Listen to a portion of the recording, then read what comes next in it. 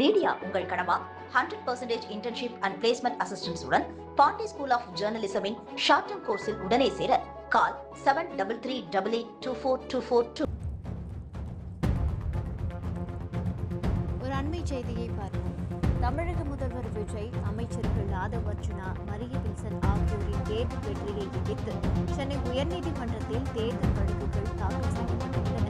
சென்னை பெரம்பூர் தொகுதியில் தாவேக தலைவர் விஜயின் வெற்றியை எதிர்த்து திமுக சார்பில் போட்டியிட்ட திமுக வேட்பாளர் ஆர்.டி. சேகர் தேர்தல் வழக்கை தாக்கல் செய்துள்ளார். இதேபோல தொகுதி வாக்காளர்கள் தினேஷ் மற்றும் லட்சுமி நரசிம்மன் தேர்தல் வழக்குகளை தாக்கல் செய்துள்ளனர். ஆர்.கே. நகர் தொகுதியில் வெற்றி பெற்ற அமைச்சர் மரிய வில்சனுக்கு எதிராக தொகுதி வாக்காளர் மருது கணேஷ் தேர்தல் வழக்கு தாக்கல் செய்துள்ளார். வில்லிவாக்கம் தொகுதியில் வெற்றி பெற்ற அமைச்சர் ஆதவ் அர்ஜுனாவிற்கு எதிராக தொகுதி வாக்காளர் சிவராஜ் தேர்தல் வழக்கு தாக்கல் செய்துள்ளார். முறைகேடுகள் செய்து இந்த தேர்தலில் வெற்றி பெற்றுள்ளதால் இவர்களது வெற்றியை செல்லாது என அறிவிக்க வேண்டும் என மனுக்களில் தெரிவிக்கப்பட்டுள்ளது.